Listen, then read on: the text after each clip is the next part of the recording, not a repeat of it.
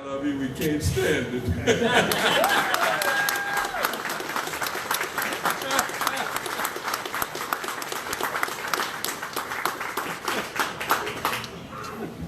Thank you, Mr. Adams. Thank you, Paul. And thank you all for being out here. What a great crowd.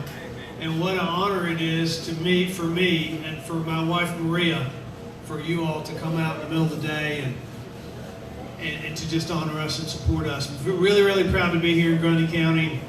It's been a very special place for us along the campaign trail. I started off coming here long before I decided to announce my campaign, and I hadn't even decided to run, but I wanted to visit some of the counties that had the greatest challenges in our state. And this is a gifted, unique county with some challenges. So I traveled to some of the counties all across the state that I felt like had unique challenges to help me understand more all of Tennessee, because I do have a great belief that every part of Tennessee is important, and particularly rural Tennessee. As a person who grew up in rural Tennessee, it matters deeply to me what happens in rural Tennessee. So I'm proud to be back in Grundy County. We actually did our tractor tour right through here as well. So we've had multiple stops, and proud to be here again today. My wife Maria is right back there. Woo! Raise your hand, Maria. Yeah, Maria. She's been with me through all of this journey for the last year and a half since we officially announced, and she's quite a gift to me, and we've had quite a remarkable journey. So for those who I haven't met, I'll give you a little bit brief background and go over my view and my heart for Tennessee and my vision for the state, and then I want to have a few minutes to shake hands before we walk out of here. But I grew up in Williamson County on a cattle farm, third generation farmer. My family's still in the ag business. Agriculture is 13% of our economy in this state, and it's been a long part. It's always been a part of my life. It's a part of Tennessee's past, but it needs to be a strong part of Tennessee's future as well. And so I look forward to putting the focus that ag appropriately receives going forward. I'm a farmer and a businessman. I run a company called Lee Company. We're a heat and air conditioning, plumbing, electrical business.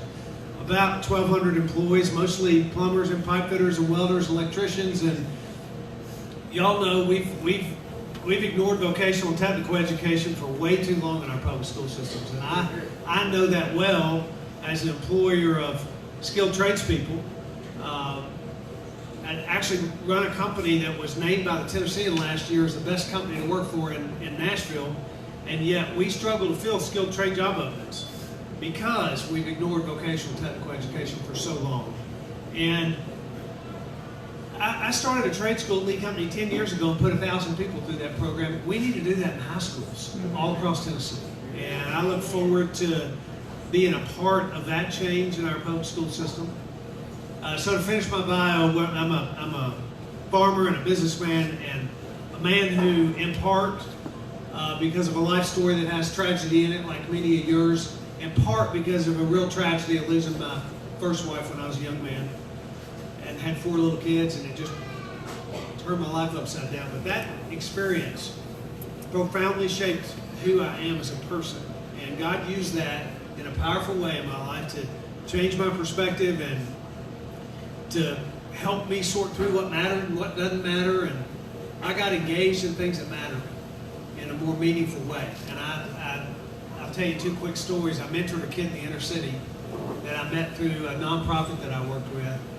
And that kid, for 5 years, I spent an evening a week with him. And that relationship opened up my eyes to just how powerful a kid's life can be changed with a good education. He was in a poor performing school, and he was moved to one that changed his future. And I became a guy who became very interested in education, because every kid in Tennessee deserves to have a bright future as a result of a good education. So I got involved in that. I started thinking about public policy, got involved in public policy, started thinking about using my life in a greater way to impact that subject, which matters to every Tennessean. I had another experience through a prison reentry ministry that I got involved in called Men of Valor. And we intersect men's lives a year before they get out, walk through transitional housing and job placement. My company's actually hired some of those men. And I mentored a man coming out of prison. And that relationship opened up my eyes to the power of a reentry program that's different than the way we traditionally do it in corrections. And it just gave me a vision for how it is that we can change the way we re-enter folks. And here's why that matters. 95% of everybody sitting in a prison cell gets out.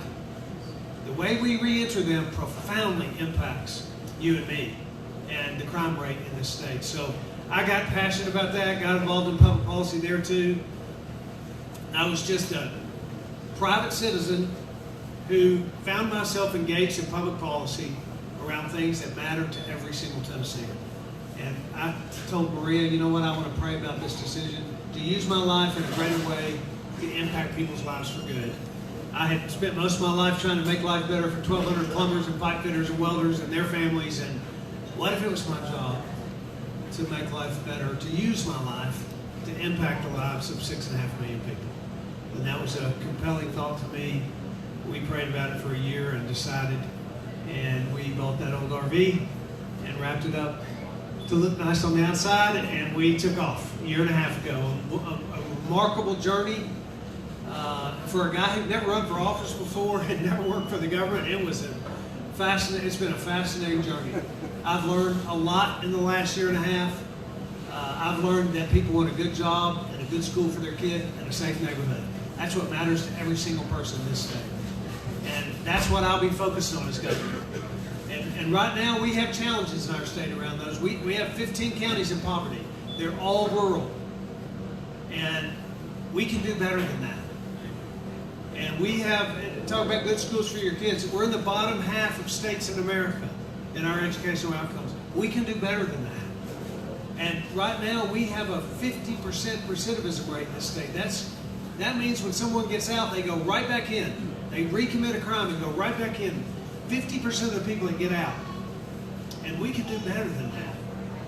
Now, we went to 95 counties in 95 days in an old RV. Then we went from Mountain City to Memphis in a tractor. Drove right through Grundy County. Stopped at the courthouse. But I drove 758 miles, Maria following in a white pickup truck, to talk about why rural Tennessee matters and how it's always been a part of my life, and it'll be an important part when I'm governor of my policy. So we did a tractor tour. We did a Faith in Tennessee tour. Went to 35 nonprofits from one end of the state to the other, because I wanted to talk about how government is not the answer to solving the greatest challenges of our day. We, the people, are the answer through the private sector and the nonprofit community and our faith community and our community organizations. And that we hold the keys to addressing the greatest challenges.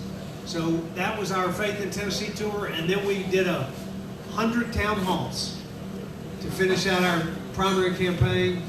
Many of you we saw in town halls. I saw thousands of people and answered tens of thousands of questions and had face-to-face interaction with people all across the state. I got to know Tennesseans. They got to know me. Our campaign started gaining a little momentum through that portion of the campaign, and I was absolutely honored on the August 2nd to be the Republican nominee for governor. So Maria and I are, well, let me make a comment about that honored part in the primary. I want to tell a story that didn't happen far from here that has meant an awful lot to me, and it's inspired me to go the next level. We were first day early voting in the primary, July 13th, and I did a town hall in Dunlap, and was going north over 40 to do a town hall an hour away. We're driving through Cumberland County, and I wanted a cup of coffee, so we got off at a little store, and I walked in the place, and there were just a couple of people in there, and this one guy looked at me kind of funny, like he recognized me, so I walked up to him, and I said, "Hello, sir, my name is Bill Lee." And he said, "I know who you are. I just voted for you." And I share that because it took me back, kind of choked me up a little bit. No one ever said that to me in my whole life. It was the first morning early voting. And we took a picture, and he walked out. And I walked out of that little coffee shop thinking, it was a humbling reality to think that all across this state, thousands of people walking into voting booths and pushing a button next to my name, people that I don't even know, people that have never met me, but that are placing their confidence in me to lead this state in the highest office of the executive branch of government. That is a humbling thought, but it's an inspiring thought too, because I walked away from that event thinking to myself, I don't want to disappoint that guy. Like, I don't know what all he wants from state government, I don't know, but I don't want to disappoint him. And I don't want to disappoint those kids in the inner city I work with. And I don't want to disappoint those rural kids who are hoping that somebody focuses on Tennessee, or I don't want to disappoint plumbers or teachers or small business owners or firefighters. I found myself inspired by the fact that people will place their confidence in leaders to impact the world in which they live. And I not only do I not want to disappoint, but I actually really do want to serve in a way that impacts this state and moves it forward in a positive way for every single Tennessean. And so we left that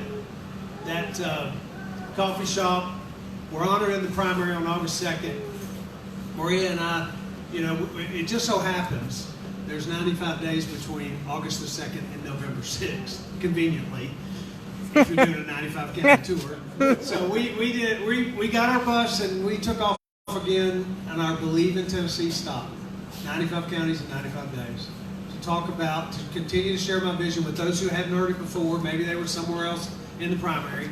But I believe this about Tennessee. You and I are very, very fortunate to be Tennesseans. We live in one of the most remarkable states in the country. And I've come to know that in the last year and a half more than ever. I mean, my family came here in 1796, so I've always loved Tennessee, but I've come to love it more than ever in the last year and a half when I've met thousands of Tennesseans. We live in a remarkable state. We got some challenges, but that's what leadership is for. But in spite of, I'm a businessman. I read a business book 10 years ago called Good to Great. The premise of that book is good is actually the enemy of great. That if we get too satisfied with things being pretty good, it holds us back from going to the next level. And as good as Tennessee is as a place to live and raise a family and work, we can be even better. And what I believe on this Believe in Tennessee tour, I believe Tennessee can not only be a better place for 6.5 million people, but we can lead the nation. We can show other states how to address the challenges of our day. Because we have the people in this state that know how to do that. And with the right leadership, we can take this state from where she is today to a place where she leads in America. And this country needs some states to lead. And we can be one of them. And I would be honored to serve you as that leader. And together, we can take Tennessee from where she is today to where she leads in America. I'd be honored to be your governor. I'd be honored to have your support, your vote. And I'm very honored that you came out here this morning. So thank you very much. All right. Bill, thanks again. We have raced Stark County many times. We began it out at our home little airport out in Altamont. So thank you again for visiting us. It really means a great deal to us. And for the rest of you, I'm Byron Reiser, the county chair at Grundy County for the Bill Lee campaign. So everybody's been asking about stickers, yard signs and all that stuff. We have a GOP headquarters at Wayne's Car Wash in Altamont. Everybody knows Wayne's Car Wash better than anything. Please swing by there to get that stuff. Call me, and I'll get you all the stuff you need to help us. So push that last few weeks here, get him over the finish line, get him into Governor's Mansion, so we can call it mission accomplished. Thank you. Thank you, sir.